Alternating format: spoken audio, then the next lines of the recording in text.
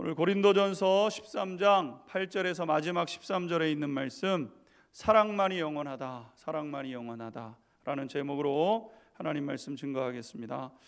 우리는 고린도전서 13장을 통해서 이 사랑이 무엇인지에 대해서, 참사랑이 무엇인지에 대해서 이제 배워가고 있습니다. 어떻게 보게 되면은 사랑에 대해서 4번의 시간을 걸쳐서 우리가 이제 고린도전서 13장을 통해서 이제 배워가게 되죠. 사랑이 무엇이냐? 참사랑은 사람을 살리고 심령을 강하게 하고 담대하게 하는 것이 참사랑의 그런 그 모습이라고 할 수 있죠. 그래서 우리로 하여금 놀라운 삶을 살아가도록 이끌어가는 것은 사랑의 능력에 있습니다. 사랑의 능력. 그러니까 우리가 예수님의 사랑을 탁 깨닫고 아는 순간 우리는 새 사람이 되는 것 아니겠습니까? 그래서 이전에는 우리가 할 수 없었던 것들을 이제 하게 되죠. 절망하고 낙심하고 있을 때 하나님의 사랑이 얼마나 크고 그것이 놀라운 것인가가 탁 깨달아지면, 나를 이렇게 사랑하시는가, 내가 이렇게 존귀한 사람인가, 이것을 깨닫게 되고 이전 것은 지나가고 새 것의 삶이 이제 시작되는 것 아니겠습니까?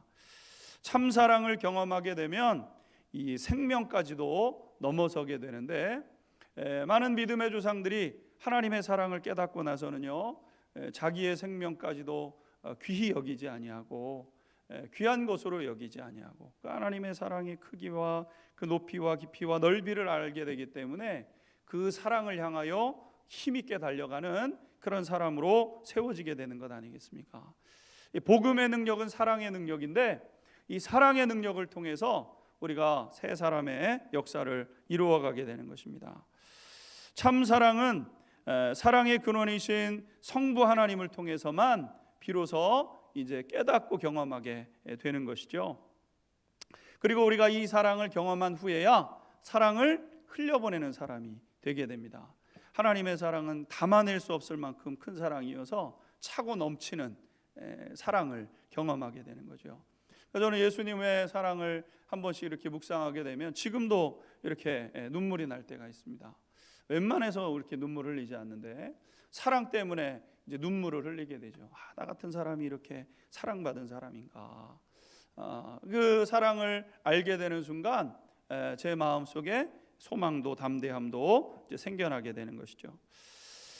성경이 우리에게 알려주는 참 사랑의 모습을 보게 되면 자기중심적이거나 정욕적이지 않고 감정적이지 않다는 사실을 우리는 고린도전서 13장을 통해서 발견하게 되는 것 아니겠습니까? 나를 중심으로 생각하지 않고 그를 중심으로 생각하게 되죠. 그래서 참사랑의 성격을 보게 되면 이타적인 것을 알게 되죠. 하나님이 우리를 사랑하시되 자신을 버리시기까지 한 사랑으로 우리를 사랑하셨고, 그래서 하나님의 사랑이 내 속에 들어오게 되면 이전에 사랑할 수 없었던 사람들을 사랑할 수 있는 힘을 얻게 되는 것 아니겠습니까? 그래서 비로소 이타적인 삶을 살아가게 되고, 또 감정적인 것보다는 의지적인 것이죠. 모든 것을 오래 참음으로 시작해서 모든 것을 참아내기까지 사랑하는 사랑이 이 하나님의 사랑인 것을 깨닫게 되죠. 그래서 의지적으로 우리가 의지만으로는 감당할 수 없지만 그것을 이루어내기 위해서 하나님의 사랑을 가득 채우게 될 때 참고 견디는 그런 사람으로 세워지게 되죠. 그리고 또한 높은 수준의 성품의 사람으로 이렇게 세워지는 것을 보게 됩니다. 오늘 고린도전서 말씀은 계속해서 이렇게 우리에게 말씀하고 있습니다. 8절 말씀 같이 읽고 사랑에 대한 마지막 부분 같이 공부해 가도록 하겠습니다. 8절 같이 읽겠습니다. 시작. 사랑은 언제까지나 떨어지지 아니하되 예언도 패하고 방언도 그치고 지식도 패하리라. 아멘. 자, 오늘 본문에 보게 되면은 우리 그 신앙 생활에 있어서 가장 중요하게 여겨졌던 은사들, 고린도전서 13장에서도 나왔던 것이지만 예언, 방언, 지식 이런 것들에 대해서 이제 말씀하고 있죠. 사랑은 언제까지나 떨어지지 아니하나. 사랑은 떨어지지 아니한다. 이제 헬라어로 보게 되면은 피프테이라는 헬라어를 이제 쓰고 있는데, 잃어버리다, 상실하다 이런 이제 뜻이 있어요. 그러니까 사랑은 잃어버려지지 않고 상실되지 않는다, 없어져 버리지 않는다 이렇게 말씀하고 있습니다. 사랑은 결코 잃어버리는 것이 없죠. 참 사랑은 가장 귀한 결실로 남는 이유가 되는 것입니다. 우리가 세상을 살아가면서 힘이 되는 것 중에 하나가 부모님의 사랑인데, 부모님이 어렸을 적에 그렇게 사랑해 주시던 그 사랑이 내 마음속에 항상 남아있지 않습니까? 그리고 어떻게 나를 사랑하셨는지를 알기 때문에 그 사랑대로 해보려고 애를 쓰게 되죠. 부모님이 나를 사랑해 준 그 사랑이 아래로 흘러내려가는 사랑 아니겠습니까? 하나님의 사랑을 더하여 우리 가운데 부모님의 사랑으로 충분히 채워지지 못한 것들이 하나님의 사랑으로 충만하게 우리 속에 채워지게 되면 이제 하나님의 사랑으로 사랑해가는 그런 역사가 이제 나타나게 되는 것이죠. 사랑으로 행한 것은 반드시 어딘가에 깊이 남아서 선하고 복된 영향이 되도록 하는 것입니다. 그 사랑으로 행하는 것, 사랑을 우리가 흘려보내게 되면 그냥 받아서 사라져 버리는 것 같지만 그 사랑이 그곳에 자리를 잡을 뿐만 아니라 또다시 그를 통해서 또 다른 곳으로 흘러가도록 하는 요소가 되게 되는데, 그것이 사랑의 힘이라고 말씀하는 거죠. 사랑은 언제까지 떨어지지 아니한다. 사랑은 언제까지든지 상실되지 않는다. 잃어버려지지 않는다. 이렇게 말씀하고 있어요. 하지만 예언도 패하고 방언도 그치고 지식도 패하리라 말씀했습니다. 여러분, 우리가 지난번에 우리가 배웠던 것처럼 이 예언과 이 방언과 지식의 은사는 놀라운 것 아니겠습니까? 예언의 은사는 하나님의 감추어진 비밀과 지식을 아는 은사가 이 예언의 은사인데, 이 예언의 은사에는 두 가지 의미가 있다고 말씀을 드렸어요. 하나는 하나님의 계획을 신실한 종들에게 미리 말씀해 주시는, 그래서 특별 계시죠. 특별 계시. 그러니까 하나님께서 어떤 일들을 이루시는 데 있어서 감추어져 있는, 앞으로 될 일을 감추어 놓으셨잖아요. 그러니까 우리는 오늘 현재를 살아가면서 미래 일에 대해서 알지 못합니다. 근데 하나님께서 어느 때에 그 커튼을 열으셔서 미래에 어떤 일들이 있을지를 신실한 종들에게 하나님께서 먼저 계시하시잖아요. 그래서 이 예언의 은사를 가진 사람들은 앞으로 되어질 일들을 미리 깨닫게 되는 것이죠. 짧게는 아주 단순하게 이 그 소극적인 의미에서는 우리 한 사람의 개인의 앞으로 되어질 일. 그러니까 우리가 기도하다 보면, 깊이 기도하다 보면 우리 앞에 이 일들이 어떻게 될지가 이렇게 깨달아지고 알아지는 때가 있지 않습니까? 예언의 은사죠. 더 나아가서는 이 세상과 우리 사회에 있게 될 그런 일들을 하나님이 이제 예언하시는 거죠. 구약의 선지자들, 예언자들을 보게 되면 앞으로 무슨 일이 있게 될지를 예언하는 그런 그 사명을 감당하게 된 거죠. 다른 한 가지는 하나님께서 자기 자신을 스스로 계시하셔서 성경에 기록하게 하심으로 하나님의 뜻을 알 수 있는 길을 열어주셨는데, 이제 일반 계시라고 합니다. 일반 계시. 그러니까 특별 계시는 하나님께서 어떤 사안이나 어떤 개인에 대해서 또 사회에 대해서 어떤 특정 시기에 대해서 열어주시는 것이라고 한다면, 일반 계시는 우리가 성경 말씀을 통해서 그 일이 어떻게 되어질지를 이제 깨닫게 되는 거죠. 하나님은 불변하시는 하나님이시기 때문에 하나님께서 행하셨던 일들을 과거에나 오늘에나 동일하게 행하시는 하나님 아니겠습니까? 하나님은 옛날의 하나님이 다르시고 오늘의 하나님이 다르신 분이 아니라 어제나 오늘이나 영원토록 동일하신 하나님이시죠. 하나님은 불변하시는 하나님이시기 때문에 과거에 하나님께서 이렇게 행하셨다는 사실을 우리가 깨닫게 되면 오늘 우리의 형편과 처지를 알게 되고, 그럼 하나님께서 그 일에 따라서 앞으로 어떻게 행하시겠구나 라는 사실이 알아지는 것, 이것은 일반 계시라고 할 수 있죠. 그러니까 성경은 일반 계시적인 성격을 가지고 있는 것이라고 말씀드렸습니다. 그래서 믿음의 조상 아브라함을 통해서 지금 오늘날의 내 모습을 이제 보게 되는 것 아니겠습니까? 아브라함의 실패와 아브라함의 성공의 모습을 통해서 오늘 나는 어떤 길에 있는가? 아브라함이 실패하는 길로 가고 있으면 내 인생도 실패하는 길로 갈 것이고, 아브라함이 믿음으로 하나님이 복 주시는 그 길로 선택하여 걸어갔는데 나도 그 길로 걸어가게 되면 아브라함이 누렸던 그 복을 나도 누릴 수 있구나, 이 사실이 알아지고 예측이 되어져서 그렇게 살아가는 것, 이것이 바로 이 일반 계시가 가지고 있는 모습이라고 할 수 있는 거죠. 사울 왕의 길로 걸어가면 망하는 길 아니겠습니까? 그러니까 누구든지 사울 왕의 길로 걸어가면 사울 왕이 걸었던 그 끝의 결론을 얻게 되는 것이죠. 반면에 다윗의 이 신실한 삶을 통해서 복을 누린 그것을 우리가 묵상하면서 우리의 상황 속에서 다윗이 선택한 그 믿음의 길을 따라 걸어가게 되면 다윗이 누렸던 그 보장된 약속과 은혜를 누리게 되는 것 아니겠습니까? 그러니까 우리가 이 하나님의 말씀을 통해서 이 어떤 복을 누리게 될지를 미리 알고 그리고 그 복을 우리가 바라보면서 걸어가는 것이죠. 아, 다윗도 이런 어려움이 있었구나. 그래, 맞다. 나한테도 다윗에게 있었던 어려움이 있었다. 근데 사람의 길이나 인간의 지식과 방법을 택하지 않고 하나님이 원하시는 그대로 다윗이 얼마나 고난이 많았습니까? 오해도 많이 받고 또 미움도 많이 받고 협박도 많이 받고 막 죽을 위기를 몇 번씩 겪고, 그런데 그 상황 속에 내 상황도 같구나. 근데 다윗이 그렇게 행했지. 나도 그 길로 걸어가야 되겠다. 그 길로 걸어가게 되면 다윗이 누렸던 복을 얻게 되는 거죠. 그래서 우리는 성경 말씀을 통해서 일반 계시의 은혜를 누리게 되는데 이것을 사모해야 됩니다. 물론 기도하면서 특별한 계시를 통해서 우리가 어떤 것들을 알고 깨달아 알고 미래에 대해서 예측하는 능력도 생겨나지만 성경 말씀을 부지런히 읽고 연구함으로 인해서 내 인생 앞에 이런 일들이 있겠구나 준비하고 대비하고 믿음으로 살아가는 것이죠. 그래서 그 어떤 은사보다도 예언의 은사를 사모해야 된다. 이게 우리가 고린도전서 12장에서 우리가 말씀을 통해서 이제 배웠던 한 부분인 것이죠. 왜냐하면 우리 앞에 무슨 일이 기다리고 있는지 몰라가지고 더듬더듬거리면서 걸어가 얼마나 답답합니까?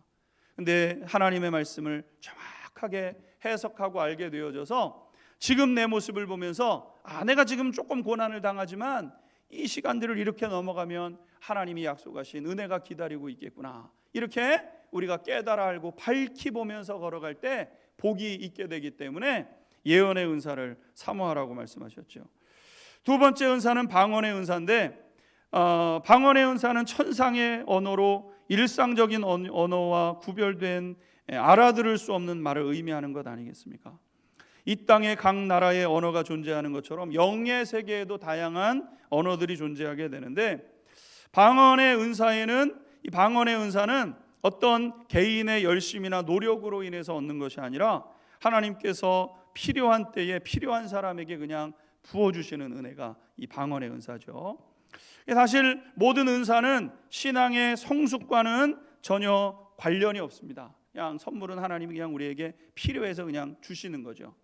그러니까 내가 뭐가 이렇게 하나님 앞에 뭔가를 애를 쓰고 수고해서 얻는 것이 아니라 하나님이 그냥 그 사람에게 긍휼히 여기셔서 그때 하나님이 그 은사를 우리에게 주시는데 그 중에 하나가 이제 방언의 은사입니다. 이 방언의 은사, 모든 은사도 그렇지만 특별히 방언의 은사는 믿음 없는 사람이 믿음을 가질 수 있도록 주시는 것이고, 방언의 은사를 통해서 깊은 기도의 자리로 나오라고 하나님께서 선물로 주시는 것이 이제 방언의 은사 아니겠습니까? 그러니까 제가 중고등학교 때도 이렇게 보게 되면은 믿음이 없어요. 사실은 믿음이 있다고 하면서도 하나님이 진짜 계시는지에 대해서 그냥 생각으로는 하나님이 계시다는 것을 인정하고 동의하지만 그건 지식적 동의죠. 지식적 동의에 그치고 있는데 그게 내 삶을 이끌어가는 진짜 믿음이 되기 위해서는 체험적 신앙이 있어야 되는 것 아니겠습니까? 근데 이 방언이 이제 방언을 하게 되면 영의 세계가 있구나. 그리고 영의 세계를 향하여 기도하는 이제 일들이 있게 되는 것이죠. 그래서 깊은 기도 가운데 나아가는데 사람의 의지적인 노력을 가지고는요 기도에 늘 한계에 부딪히게 되는 거 아니겠습니까?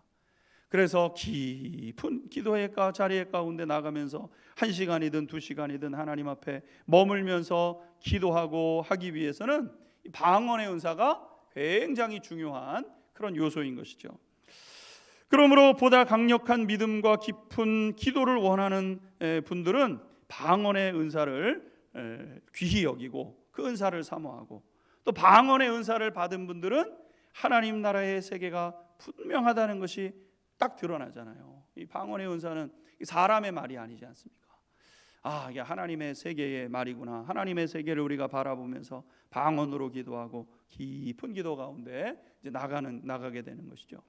그리고 마지막으로 지식의 은사라고 말씀했는데, 이 지식의 은사는 사물에 관한 명료한 의식과 그것에 대한 판단을 의미하는 것인데, 어떤 대상의 선악에 대한 분별력과 예리한 통찰력을 통해서 본질을 정확하게 이해하는 것이 이제 지식의 은사죠. 그노시스.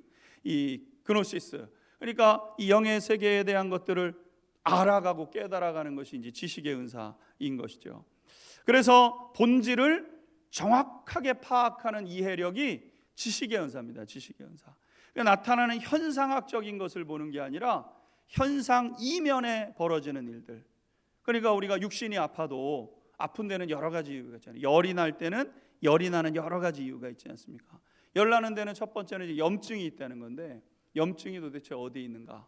어디에 아픈 것을 통해서 다 하면은 그 본질적인 그 문제 안으로 들어가는 것처럼, 이 지식의 은사를 갖게 되면은요, 이렇게 우리의 삶에 있게 되는 이 문제의 본질이 어디에 있는가, 이것을 깨달아 알게 되고, 그것을 가지고 이제 하나님이 주신 이 지식의 은사를 가지고 지혜를 계속해서 얻어가는 이러한 이제 일들이 있게 된다는 것이죠. 그래서 지식의 은사를 가지고 있는 사람들은 교묘한 속임에 넘어가지 않습니다. 사람은 자기 자신도 속이려고 하거든요. 그러니까 뭐 가까이 있는 사람 속이거나 다른 사람을 속이고 싶어 속이는 게 아니라, 사람의 본질상 거짓에, 이 마귀가 거짓의 아비이기 때문에 거짓이 사실은 나면서부터 우리 속에 이렇게 깔려 있는 것 아니겠습니까? 죄를 딱 짓는 순간 아담아 내가 어디에 숨었느냐 할 때 숨지 않았다고 그가 거짓말을 하게 되고, 그가 이 거짓을 그냥 받아들인 거예요. 왜? 마귀의 역사는 거짓의 역사이기 때문에 이 죄의 역사가 우리 속에 이제 있게 되는 것이죠. 그런데 지식의 은사를 얻게 되면은 이러한 교묘한 속임에 넘어가지 않는다는 거예요. 진리 위에 굳게 서 있기에 요동하지 않고 흔들리지 않고 분별하는 거예요. 이거 여기까지가 잘못된 거구나. 이 사람은 여기까지가 이게 잘못된 거구나. 넘어서지를 않죠. 이게 지식의 은사가 가지고 있는 것입니다. 이러기에 이러한 지식의 은사 역시 성령께서 주시는 은사 중에 중요한 그러한 그 은사라는 것을 이제 성경이 말씀하고 있어요. 예언의 은사, 방언의 은사, 지식의 은사, 이것은 모든 은사들 중에서도 중요한 은사에 이제 해당이 된다는 거죠. 그런데 이렇게 중요한 예언, 방언, 지식의 은사들도 필요 없는 때가 오게 된다. 이것이 오늘 성경이 우리에게 말씀하고 있죠. 언제인가? 온전한 것이 오게 될 때는 이러한 너무나도 이 세상의 신앙생활하면서 정말 중요한 은사, 하나님의 은사를 주시기는 하지만 예언의 은사, 말씀 속에 있는 일반 계시의 이런 그 영의 역사들을 우리가 알도록, 여러분 큐티를 우리가 왜 합니까? 큐티. 여러분 우리가 주일날 왜 말씀을 듣습니까? 이 예언적 기능 때문에 우리가 듣는 거죠. 하나님의 말씀을 우리가 읽고 펴서 하는 것은 우리가 이 영의 세계는 그 어떤 법칙보다도 분명한 것이기 때문에, 여러분 이 볼펜이 하늘에 있다가 땅에 떨어지는 것이 정말 분명한 이 법칙인 것처럼, 만유인력의 법칙에 따라서 떨어지는 거 아니겠습니까? 똑같이 영적으로 보게 되면은 하나님이 정해놓으신 이 영의 역사가 분명하게 나타나게 되는데, 이 예언과 방언과 지식의 은사, 이것이 우리의 삶 가운데 너무너무 중요한 그런 은사가 된다는 거죠. 근데 여러분 이 은사 역시 불필요할 때가 오게 된다고 말씀하고 있어요. 오늘 9절 10절을 보게 되면은 그때가 온전한 때라는 것을 말씀하고 있습니다. 9절 10절 계속해서 읽도록 하겠습니다. 9절과 10절입니다. 시작. 우리는 부분적으로 알고 부분적으로 예언하니 온전한 것이 올 때에는 부분적으로 하던 것이 패하리라. 아멘. 부분적으로 알고, 부분적으로는 지식이죠. 부분적으로 예언하니, 그러니까 모든 것들을 다 익히 알고 통달할 수는 없어요. 하나님이 은사를 주실 때 모든 은사를 한 사람에게 다 부어주시지 않습니다. 몇 가지 은사만 하나님께서 그의 충성됨에 따라서 몇 가지 은사를, 한두 가지 은사를 더 주시는 정도지, 모든 은사들을 다 완벽하게 얻고 소화해내는 사람은 이 땅에 없는 것이죠. 그런데 오늘 본문의 말씀에 있는 것처럼 우리는 부분적으로 알고 부분적으로 예언하니 온전한 것이 올 때에는 부분적으로 하던 것들이 다 사라져버린다. 이 예언과 방언과 지식의 이 너무나도 신앙생활에 있어서 꼭 필요한 것들이지만 온전해지는 날에는 이것도 사라지고 만다는 것이죠. 여러분, 예언이나 방언이나 지식의 은사는 굉장히 중요한 그 은사이지만 우리의 연약한 신앙을 성장시키기 위한 하나의 보조제일 뿐이라는 거예요. 보조제. 이 예언과 방언과 지식을 통해서 더 완전한 신앙, 더 온전한 신앙, 더 예수님을 닮아 있는 신앙으로 가기 위한 하나의 보조적인, 꼭 필요하지만 보조적인 수단에 불과하다는 것이죠. 나의 신앙 성장을 위해서 하나님께서 나에게 허락해 주신 선물이라는 거예요. 야, 이 은사를 줄 테니까 이 은사를 가지고 더 온전한 신앙으로 나아가도록 하거라. 그래서 이 예언도 방언도 지식도 우리에게 허락해 주신다는 거예요. 예언이나 방언이나 지식은 궁극적인 것이 아닙니다. 잠깐 우리가 신앙 성장을 하기 위해서 필요한 하나의 과정으로 우리가 이 은사들을 얻게 되는 것이죠. 그런데 사랑은 전부를 위한 것이고 모두를 위한 것이라는 겁니다. 은사의 진정한 목적을 우리가 이 고린도전서 12장 말씀을 통해서 우리가 공부했어요. 은사의 진정한 목적이 무엇입니까? 은사는 나를 위한 게 아니라 그랬어요. 은사 자체는 나를 위한 게 아닙니다.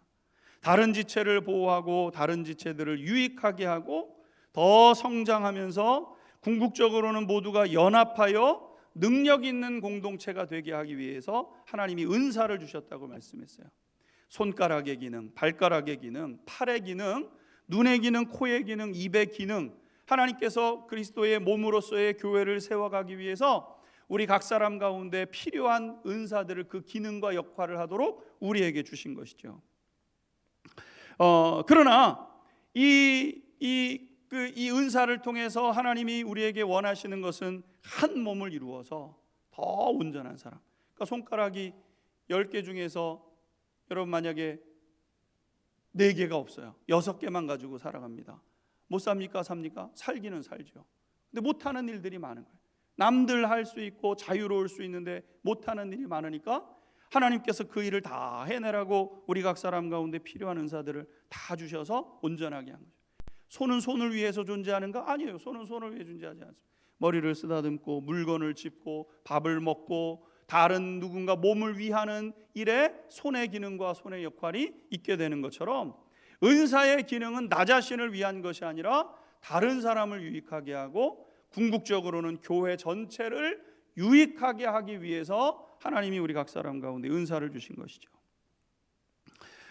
마찬가지로 우리가 가지고 있는 우리 하나님이 우리에게 예언의 은사, 방언의 은사, 지식의 은사를 주신 것은 사실은 이것이 그런데 나를 위한 거죠. 내가 먼저 하나님 앞에서 이렇게 든든하게 서가기 위한 것으로 하나님이 주신 은사 아니겠습니까? 우리가 학교에서 국영수, 논리를 배우고 미술과 음악을 배우고 철학과 역사를 배우고 이렇게 하는 것은 지각을 일깨워 가지고 더 분별력 있는 사고를 하게 하기 위한 하나의 도구일 뿐이죠. 지식 그 자체가 목적이 아니라 이 지식을 통해서 국어, 영어, 수학을 잘 배우고 그래서 논리적인 생각들을 하게 되고 미술과 음악과 여러 가지 그런 그 활동들을 통해 가지고 나 한 사람이 전인적인 사람으로 세워지는 것 같고 또 뭔가를 판단하고 분별하는데 정확한 분별력과 판단력을 갖게 하기 위해서 우리가 세상적 학문을 공부하는 것 아니겠습니까? 학문은 그냥 학문하는 공부하는 그 자체로의 목적이 아니라 자아 성취와 자아를 개발하고 사회의 어떤 한 사람으로서 기여하기 위해서 공부하는 거죠. 저 산속에 들어가서 혼자 공부를 열심히 해요. 막 깨달아지고 알아져요. 여러분 그것으로 그친다고 한다면 지식이 가지고 있는 온전한 그런 그 은혜들을 누리지 못하는 것과 마찬가지라는 것입니다. 그런데 이 사랑의 은사가 이러한 목적들을 완성시켜주고 온전케 하는 역할을 하는 것이 사랑의 은사라는 겁니다. 앞에서 우리가 보았던 것처럼 사랑은 나를 위한 것이 아니라 조금도 사심 없이, 조금의 사심도 없이 모두를 위한 것이 되죠. 그래서 사랑이 완전한 은사예요. 은사의 완성이에요. 나 자신을 위하고 나 자신을 위해서 예언하고 방언하고 지식적 은사가 나 자신에게 더 초점을 두고 있다면, 공동체 전체를 향하도록 하는 은사가 뭐냐면은 사랑의 은사라는 것이죠. 계속해서 사도 바울은 11절에 이렇게 말씀하고 있습니다. 11절도 같이 읽도록 하겠습니다. 본문 11절입니다. 시작. 내가 어렸을 때에는 말하는 것이 어린아이와 같고 깨닫는 것이 어린아이와 같고 생각하는 것이 어린아이와 같다가 장성한 사람이 되어서는 어린아이의 일을 버렸노라. 아멘. 오늘 본문에 보게 되면은 신앙에는 어린아이의 신앙이 있고요, 그리고 장성한 사람의 신앙이 있음을 성경이 말씀하고 있어요. 그러니까 우리가 다 신앙생활한다고 다 똑같은 수준이 아니라 어린아이의 신앙, 어린아이적인 그런 아직 관점에 머물러 있는 신앙인들이 있는가 하면 장성한 분량의 신앙을 가지고 있는 그런 분들도 있게 된다는 것이죠. 여러분, 우리는 장성한 분량에 이르는 그 과정에 보게 되면 다 어린아이의 시기를 지나가면서 장성한 분량에 이르게 돼요. 그러니까 우리가 어른이 되는데 애들의 시간은 싹 없어져 버리고 어른으로 바로 되는 사람은 없지 않습니까? 그러니까 어린아이의 시간들을 다 거치게 돼요. 그럼 여러분, 어린아이 때의 가장 큰 특징은 무엇입니까? 어린아이 때의 가장 큰 특징은 나 자신에게 있죠. 나 중심적인 거. 그래서 어린아이일 때는 먹고 싶은 것도 나 중심이고 하고 싶은 것도 나 중심이고, 때를 써서라도 내가 원하는 것을 얻고 내가 누려야 하는 때, 이때가 이제 어린아이 때죠. 나쁜 때가 아니에요. 꼭 필요한 때죠. 그러니까 애들을 데리고 장을 가보게 되면 엄마 주머니에 돈이 얼마나 있든지 상관이 없어요. 자기 눈에 보이는 장난감을 갖고 싶으면 들어눕고 때를 쓰고 울면서라도 그거를 갖고 싶어 하는 것이 어린아이의 신앙이죠. 부모님의 형편과 다른 사람이 나를 어떻게 보는지는 관심이 없어요. 내가 그것을 얻고 싶은 것, 나 중심적인 것으로 꽁꽁 뭉쳐 있는 때가 어린아이의 때예요. 좋고 나쁨의 때가 아니라 그 시기가 있다는 거예요. 근데 여러분, 어린아이의 시기에 계속적으로 머물러 있으면 그게 이제 문제가 되는 것 아니겠습니까? 때가 되면 어린아이 때의 모습을 벗어버려야 된다는 거예요.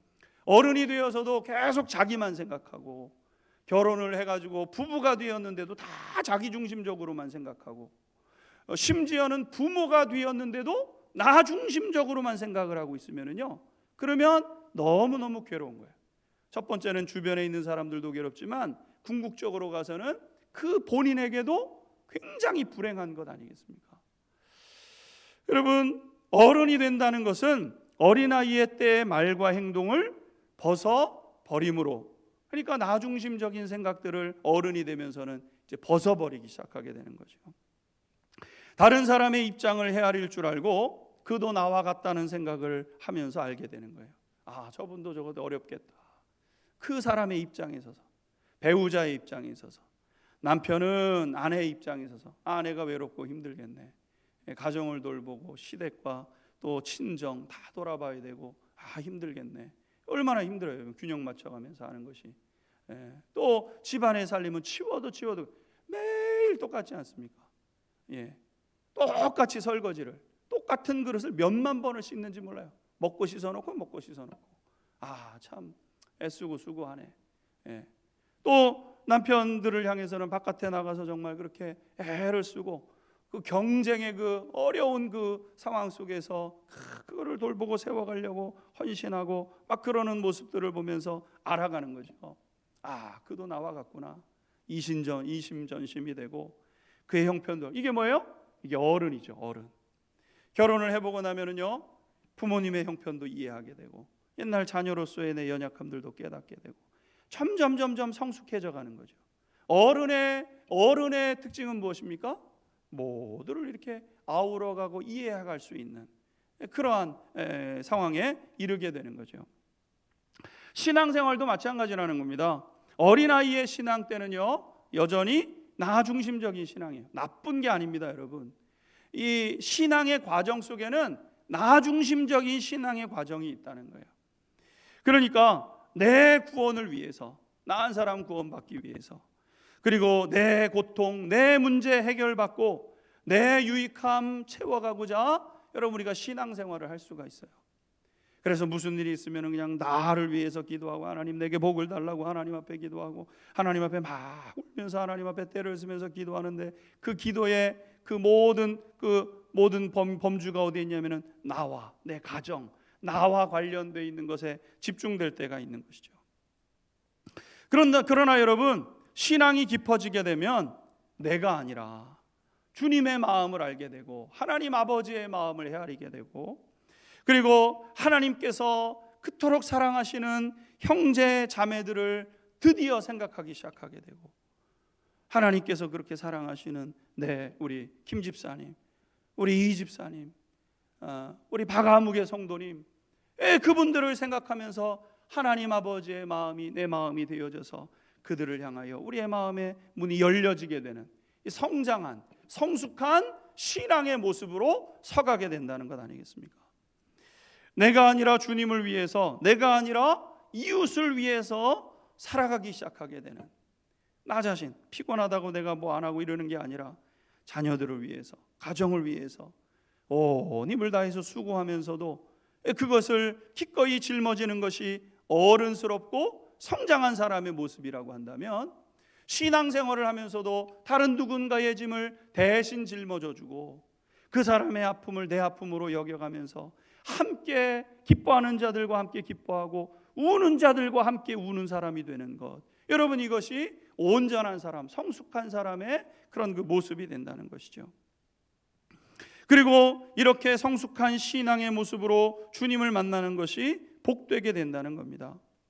여러분, 이제 우리는 이제 머지않은 시간 내에 주님을 만나게 될 것 아니겠습니까?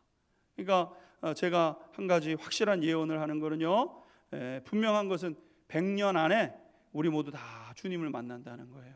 여기 계신 분들 중에서 100년 안에 다 우리 주님 만난다니까요, 여러분. 물론 몇 년 안에 주님을 만날 분도 계시기는 계시겠죠. 근데 여러분, 100년 안에는 우리가 다 주님 만날 거 아니에요. 근데 여러분, 주님 앞에 딱 서는 순간 우리의 모습이 다 드러나잖아요. 마치 그 엑스레이 앞에 딱 서게 되면은 내 속에 뼈가 어떻게 됐는지 안 보이고 있지만 싹 드러나는 것처럼, CT나 MRI 속에 딱 들어가 보게 되면 내 혈관과 내 건강의 상태가 어떤 것이 딱 보여지는 것처럼 멀쩡해 보이는 것 같지만은요, 주님 앞에 딱 서는 순간 우리의 모습이 어떠한지가 밝히 드러나게 된다는 거예요.